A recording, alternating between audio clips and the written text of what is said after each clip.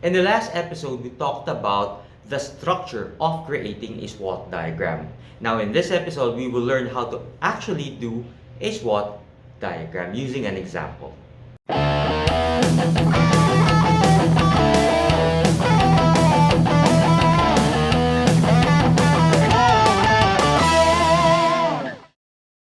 Hey, welcome back everybody. My name is Joey and welcome to the Corporate Mechanic. We're now on our second part of our topic, which is how to create a SWOT diagram. Okay, so this is part 2 wherein we try to come up with an example. So last episode we talked about the structure on what you put in a SWOT diagram. Now we'll actually use a SWOT diagram using an example. And our example is quite simply a bakery. Okay, so to put it simply, I know a lot of Filipinos are very familiar with what a bakery is. We're talking about a traditional bakery, something that we all grew up with. Okay, so let's call it Happy Bakery. Okay, so just to give it a name, Happy Bakery. Now, Happy Bakery, is a bakery that is located in the city. Okay, it is in the corner of two streets. So the bakery itself is in the corner, and it is near two subdivisions or two villages. It is also near the tricycle terminal, or what is also known as a toda. Okay, so that's pretty much what that bakery looks like. Now, in terms of that bakery, it's actually very a lot of people actually go there because of the fact that, number one, it is along the way. So whenever people go to work, they ride the tricycle, they get down before they go to wherever they want to go. They drop by the bakery and they buy their pandesal or Spanish bread. Actually, as with any traditional bakery, they have a lot of offerings. But for this specific bakery, for Happy Bakery, there are only two products that are very much best sellers. One is the pandesal, and secondly is the Spanish bread. Now, one thing that they like about the pandesal is that the customers can actually make requests on how toasted they want their pandesal to be. So some people like it soft, some people like it a little more toasted. So that's something that this bakery is quite known for. So you can actually make your own request as far as the toastiness level of the pandesal is concerned. Okay, so that's that type of bakery.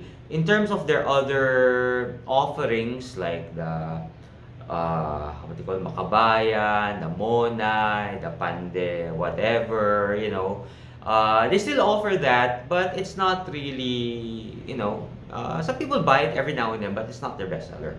Okay, what else can I say about this bakery? This bakery is also very popular in the afternoon. So normally they have their peak sales in the morning when people go to work, and in the afternoon when people want to take their meriendas, or their snacks. So there's a lot of people there. Okay.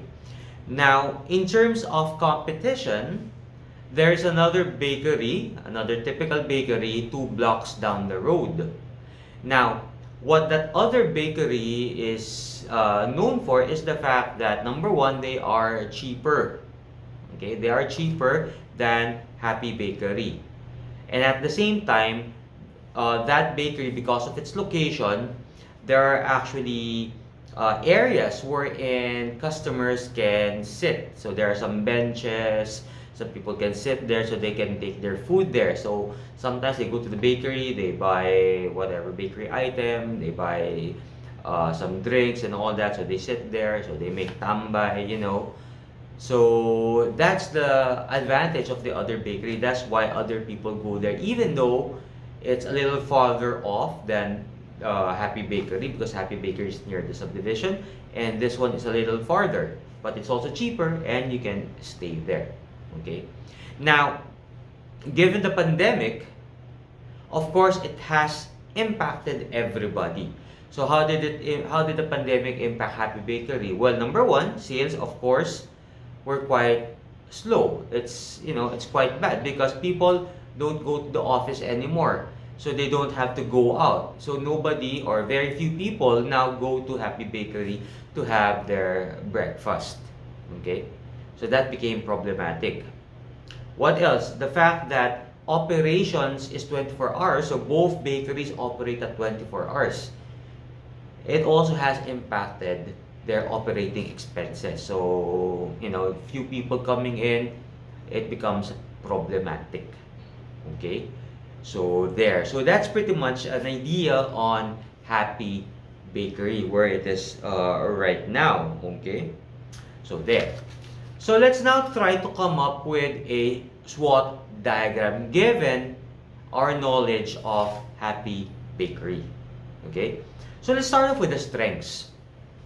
Now, one thing that Happy Bakery is strong at is its location. It is very accessible. It is near the TODA, it is near the subdivisions. So therefore, by its very location, people can easily go there and buy their bakery products. Okay, so that's one strength that they have. Another strength that they have is the fact that they allow customers to choose the level of toastiness of their pandesal. Okay, so that's something that they have, something that they are known for, that obviously others, the competition, does not offer. Okay, so that's another strength of Happy Bakery. Now, the third strength of Happy Bakery is the fact that they have a loyal set of customers.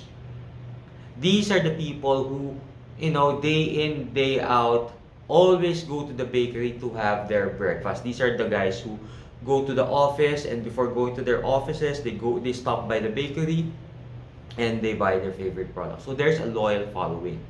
These are people who know what they want in terms of buying from that bakery.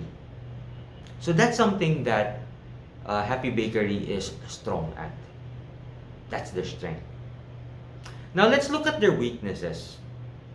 What is it that they're not good at? What is it that they're, struggling with? Well, first is the fact that they have items that are not really selling.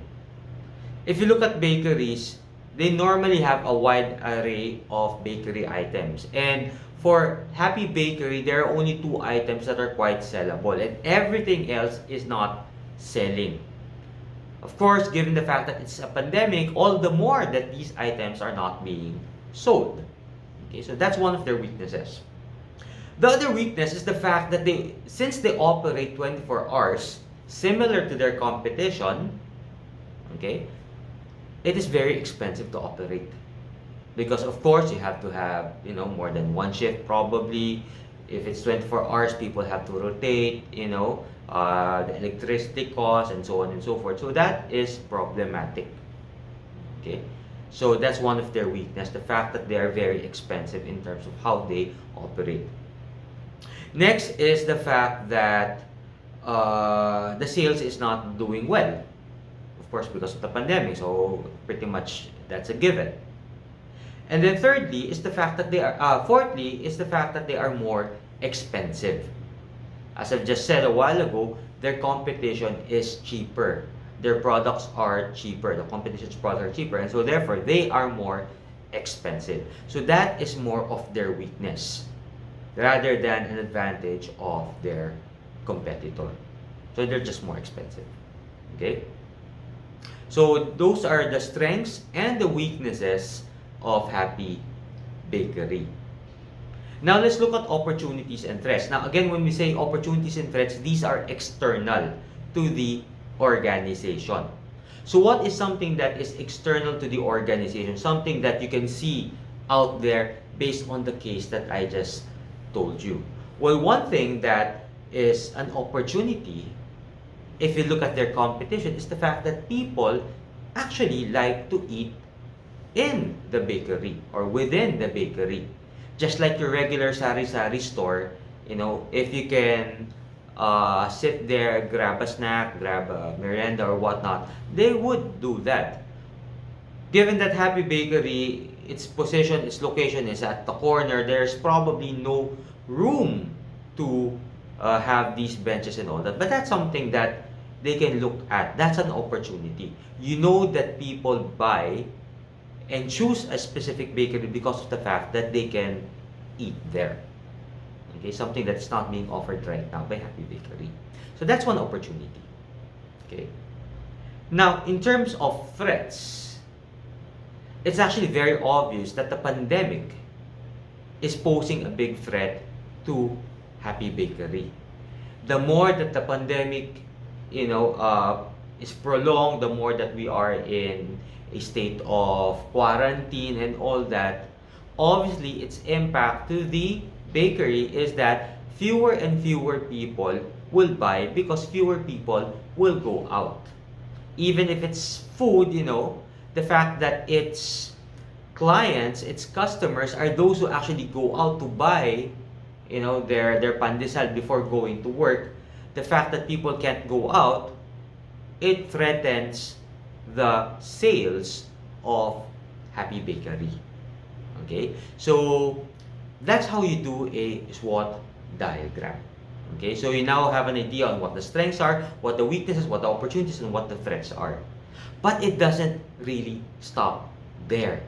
That's just basically creating the SWOT diagram. That's just basically categorizing the information that you know. Okay? So what do you do with this information? Those are the things that we will be discussing on part 3 of this topic on how to correctly create a SWOT diagram. Okay? So oftentimes people just end creating SWOT diagrams here. There's really no analysis.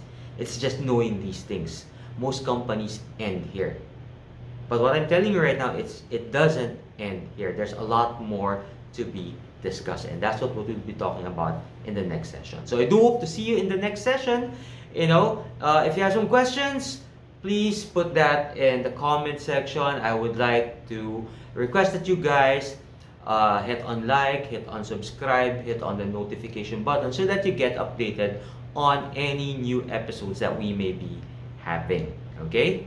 So thank you guys for watching. Hope to see you in our next session. Stay safe and stay blessed.